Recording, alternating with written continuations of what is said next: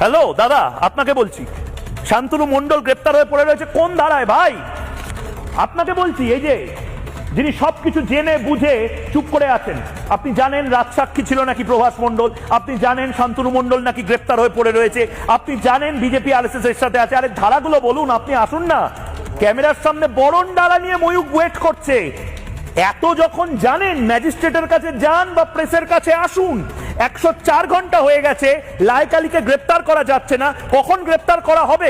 রাজ্য পুলিশকে এই জবাবটা দিতে হবে এবং মাকুস শেখুদেরকে এই জবাবটা দিতে হবে যে কোন ন্যারেটিভটা ছড়াতে গিয়ে, কোন ন্যারেটিভটা লোকাতে গিয়ে আসলে শান্তনু মণ্ডলের ন্যারেটিভটাকে সামনে আনা হলো। একটা নিরীহ ছেলে শান্তনু মণ্ডল, যাকে জাস্ট ফাঁসিয়ে দেওয়া হলো। কারণ হিন্দুদের ফাঁসিয়ে দেওয়া যায় সহজে, পিটিয়ে দেওয়া যায় সহজে, ইন্দ্রজিৎ মণ্ডলদের জাস্ট পিটিয়ে মেরে ফেলা যায় সহজে।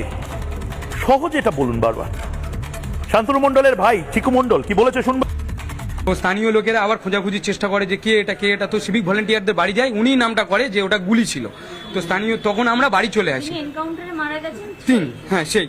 এবার আমার দাদার আমি বাড়ি চলে যাই, তখন 3টে বাজে। ওই সব খোঁজাখুঁজির পরে আমরা বাড়ি চলে যাই। বাড়ি চলে গিয়ে সবে খেতে বসি, সঙ্গে সঙ্গে বাড়ির মেয়ের পরিবারের লোকেরা ফোন করে, দাদাকে ফোন করে যে শান্তনু একজনকে পাওয়া গেছে, একজনকে আইডেন্টিফাই করা গেছে, তোমরা ফাঁড়িতে আসো, সূর্যপুর ফাঁড়িতে আসো। ফাঁড়িতে গিয়ে দেখি দুজনকে পুলিশ মারছে এবং জেরা করছে। তো তোর আনন্দ সর্দার আর ওই গুলি সুভাষ মণ্ডল, ওরা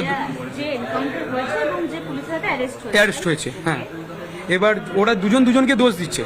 রাজা বলে যে নামটা উঠছিল, ওটা অ্যাকচুয়াল পরশুদিন নাকি ওর সঙ্গে সুভাষ মণ্ডল মদ খেয়েছে।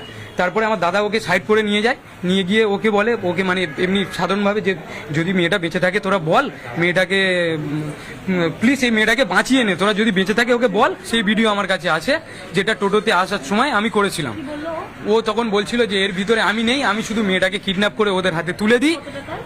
50,000 টাকার কথা বলেছিল যে আমরা তুলে দিই।